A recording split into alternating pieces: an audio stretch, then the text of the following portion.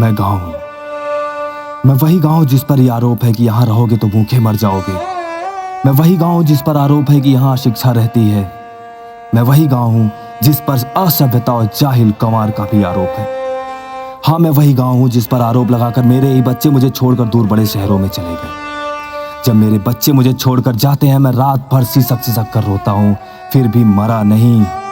मन में एक आश लिए आज भी निर्विमेष पलकों से बांट जोता हूँ, शायद मेरे बच्चे आ जाएं।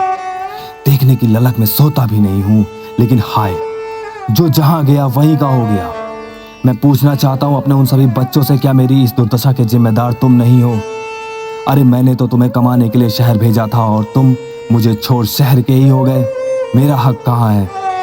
क्या तुम्हारी कमाई से मुझ पर मकान, बड़ा स्कूल, कॉलेज, इंस्टीट्यूट, अस्पताल आदि बनाने का अधिकार नहीं है? क्या अधिकार मात्र शहर को ही है? जब सारी कमाई शहर में दे रहे हो तो कहाँ जाऊं? मेरा हक मुझे क्यों नहीं मिलता? इस कोरोना संकट में सारे मजदूर गांव भाग रहे हैं, गाड़ी नहीं तो सैकड़ों मील पैदल बीवी बच्चों के साथ चलती है। आखिर क्यों? जो लोग ये कहकर मुझको छोड़कर शहर चले गए थे कि गांव में रहोगे तो भूख से मर जाओगे, वो किस आस विश्वास पे पैदल ही गांव लौटने लगे? मुझे लगता है निश्चित रूप से उन्हें ये विश्वास है कि गांव पहुंच जाएंगे तो जिंदगी बच जाएगी, भरपेट भोजन मिल जाएगा, परिवार बच जाएगा। सच तो यही है कि गांव कभी किसी को भूख से नहीं मारता। हाँ मेरे लाल, आ जाओ, मैं तुम्हें भूख से नहीं मरने दूंगा। आओ, मुझे फिर से सजाओ, मेरी गोद में फिर से चौपाल लगाओ, मेरी आंगन में चाक के पहिए घुमाओ, मेरे खेतों में अनाज उगाओ, खलियानों में बैठकर आला गाओ, पलाश के पत्तों को बीनकर पत्तल बनाओ, गोपाल बनो। मेरी नदी, ताल तलैया, बाग बगीचे गुलजार करो, बच्चू बाबा की पीस पीस कर प्यार भरी गालियां, राम जन्म काका के ऊट पटांग 2.5 लाख, पंडिताइन की अपनापन वाली खींच और मोची के दुकान, भड़भूजे की सौदी महक, लैया, चना, कचरी, हो रहा, बूट, खेसारी, सब आज भी तुम्हें पुकार रहे हैं। मुझे पता है वो आ जाएंगे जिन्हें मुझसे प्यार है, लेकिन वो क्यों आएंगे जो शहर की चकाचौंध में विलीन हो गए, वहीं घर मकान बना लिए, सारे पर्व त्योहार संस्कार वहीं से करते हैं। मुझे बुलाना तो दूर, पूछते तक नहीं। लगता है अब मेरा उन पर कोई अधिकार ही नहीं बचा। अरे अधिकार नहीं तो कम से कम होली दिवाली में आ जाते, दर्द कम होता मेरा। सारे संस्कारों पर तो मेरा अधिकार होता ना। कम से कम मुंडन, जनेऊ, शादी और अंत्येष्टि तो मेरी गोद में कर लेते। मैं इसलिए नहीं कह रहा हूं कि यह केवल मेरी इच्छा है, यह मेरी आवश्यकता भी है। मेरे गरीब बच्चे जो रोजी रोटी की तलाश में मुझसे दूर चले जाते हैं, उन्हें यही रोजगार मिल जाएगा। फिर कोई महामारी आने पर उन्हें सैकड़ों मील पैदल नहीं भागना पड़ेगा। मैं आत्मनिर्भर बनना चाहता हूँ।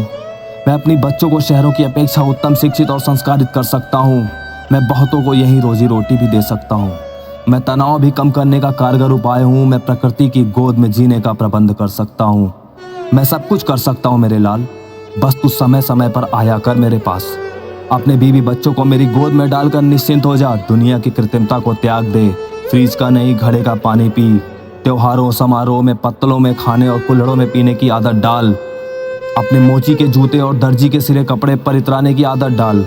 हलवाई की मिठाई, खेतों की हरी सब्जियां, फूल फल, गाय का दूध, बैलों की खेती पर विश्वास रख। कभी संकट में नहीं पड़ेगा। हमेशा खुशहाल जिंदगी जीना चाहता है तो मेरे लाल, मेरी गोद में आकर कुछ दिन खेल लिया कर। तू भी खुश, मैं भी खुश। नमस्कार दोस्तों, मैं ब्रजेश उपाध्याय आपका स्वागत करता हूं जय फिल्म्स खलीलाबाद यूट्यूब चैनल में।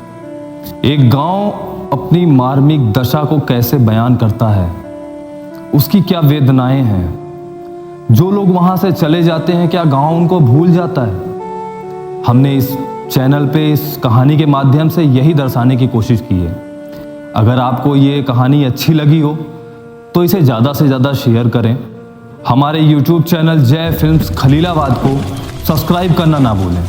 अगली स्टोरी में बहुत जल्द मुलाकात होगी आपसे। नमस्कार।